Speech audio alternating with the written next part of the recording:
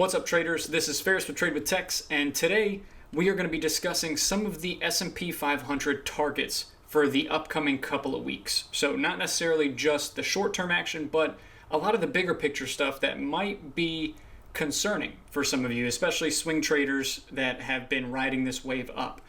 So we'll talk about the S&P, we'll talk about crypto and chip stocks, a couple of the hotter groups that have been running up, and what exactly is outlook for those. Okay. Now, that being said, before we get started, I wanted to mention if you are not in the Trade with Tex chat, we offer a free week. Jump in, learn to trade, learn some of our strategies, because these levels that we're discussing here are talked about every day in there. Okay.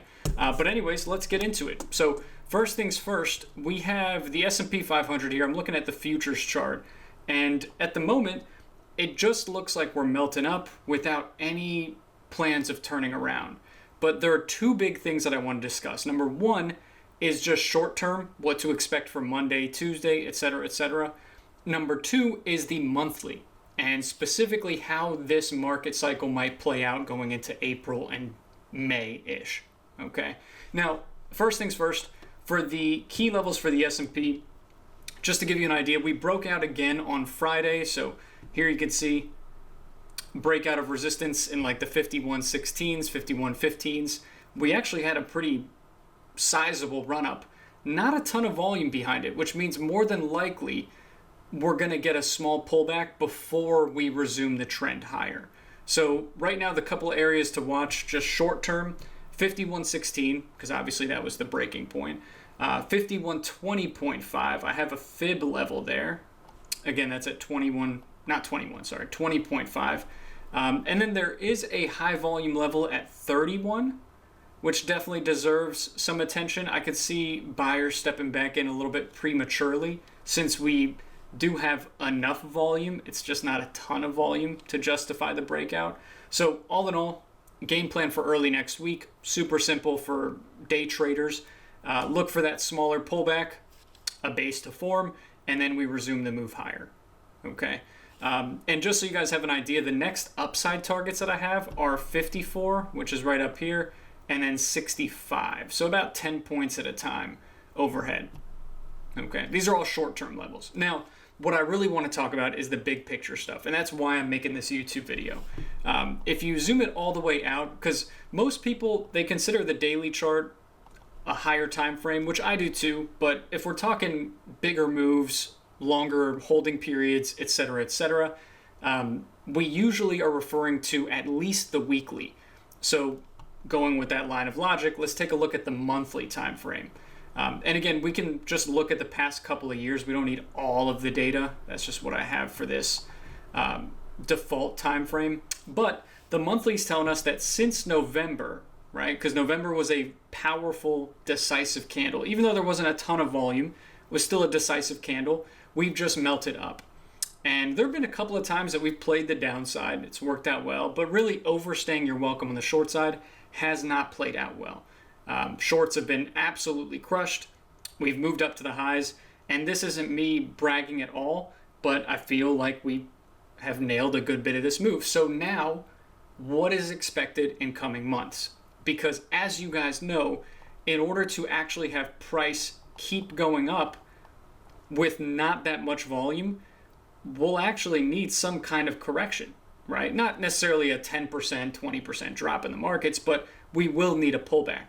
At least a healthy one to the moving averages like this before it got a little bit out of hand on this candle. So the question begs, if we've been moving up for this long without that much volume, when's that pullback coming? And you'll go nuts trying to time it, but typically, if you look at this cycle, we had a probably about 4 to 5 month run up here leading up into the 3 month pullback, right?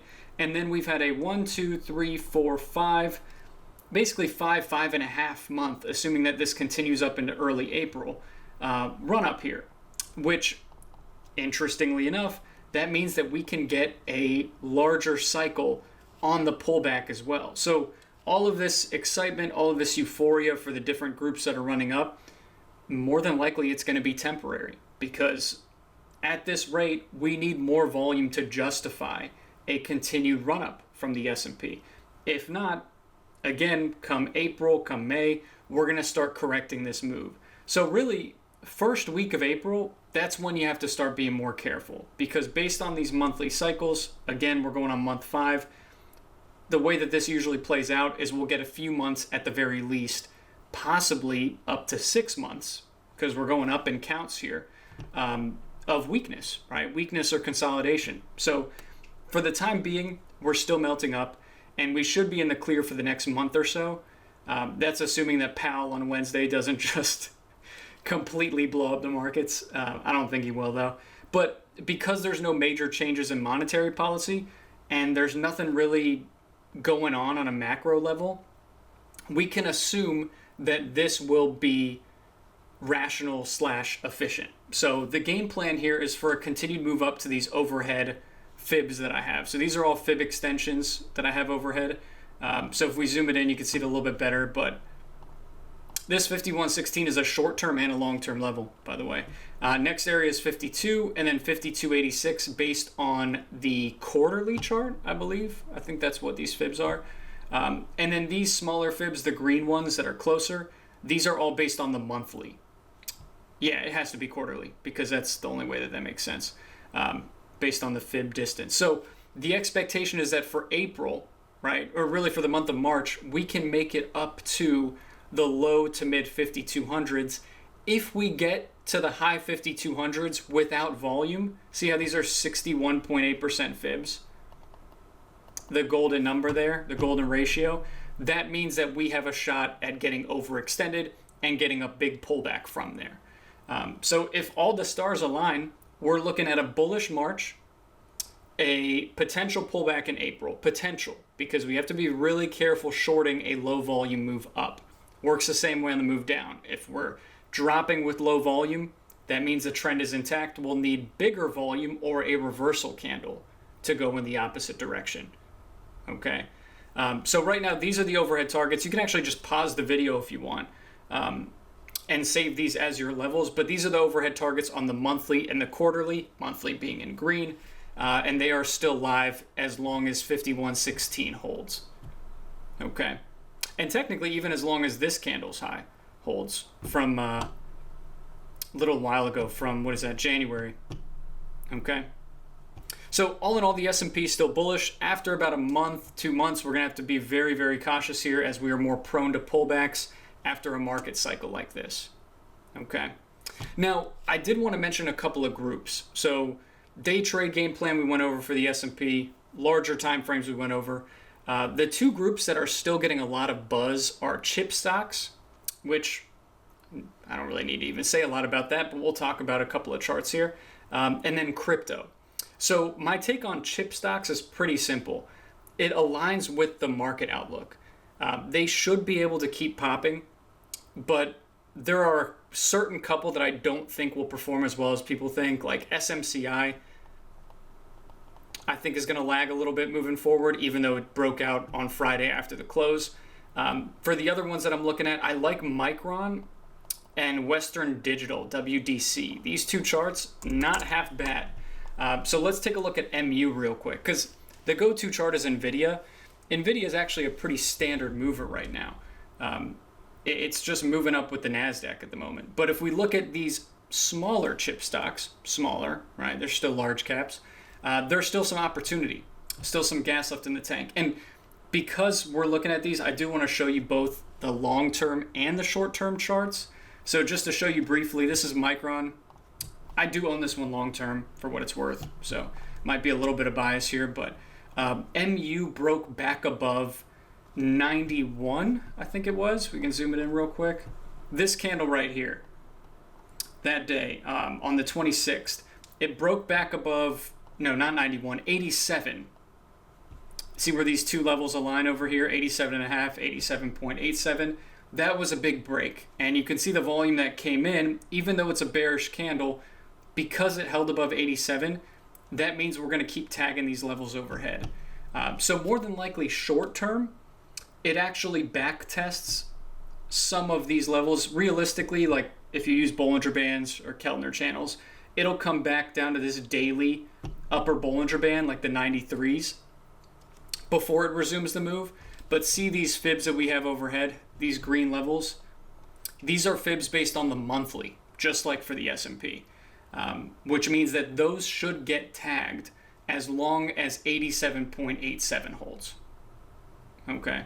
So short term, we're actually likely to see a small pull before it resumes higher. It's kind of like the S&P outlook at the moment. But big picture, as long as 87.87 holds, this should be going. Have we hit 97.10? No, we haven't. 97.10, so that's the first big target right up there. And then we have room all the way to 99.61 on the continuation. Okay. So not a bad chart for Micron, and definitely one of my favorite chip stocks moving forward. Okay. WDC is kind of similar. We're not going to talk about that one too much just because I don't have the fibs updated, so be a waste of time here. But WDC, you can see the monthly is also trying to break out. The reason I don't like this one as much as Micron is just because we have all this overhead resistance from before. But otherwise, it's a damn good looking chart. Should be able to make it up close to $70. Okay. Anyways, last group that I wanted to mention is crypto. So we talked S&P outlook. We talked outlook for chip stocks. Crypto is the last group. And I mainly wanted to give a couple of cautionary notes here. There's a lot of crowded crypto names at the moment. I think it's best to go for some of the riskier ones that offer more upside. Because if you think about it, even looking at this Bitcoin chart, very convoluted chart right now. If you think about it, there's not a ton of volume behind this move for Bitcoin. It just seems like it's gradually melting up. So the best thing that you can do is go key level to key level and then make sure you are taking profits along the way. The coin that actually looks a little bit better right now, and again, I have a small position in this, so I'm a little bit biased, is Ethereum, which we'll take it to the daily time frame here. And actually, let me take this crap off the chart. There we go. Ethereum, obviously we can talk about the coin in the different platforms that has a different quote, but this is similarly enough. It's similar enough to that, the futures ticker. It broke through resistance here in the 2900s and then broke here again. See how this is a 50% fib in the 3100s. So if you're in the Trade with Text chat, you know that this is a move that we commonly play. When something breaks the 50% fib, it indicates a move right up to that next fib, or down for that matter. It's just a magnet, shoop, right up to that level. So that's what we got. See this fib right here, this orange line? We got that magnet. And in order for this to keep going, it's going to have to clear this zone in the 3500s. And normally I would say that this is a short-term take. Like, we're not looking at the long-term time frames. However, because this is a fib on a much larger time frame, that orange line, that means that this level and this analysis is applicable to the larger time frames. So basically for ETH, game plan is simple here. If it clears that 3530 to 3550 zone, we got some nice upside to the 3800s and then 4000s. So it's about 300 points, quite a bit. And then 4K, which is 200 points above that. Okay. And for what it's worth, this is a stopping point right here. And then 4,000, let me zoom it out. How to zoom it all the way out. 4070 is a stopping point as well. So it's not exactly 200. It's like 300 points-ish.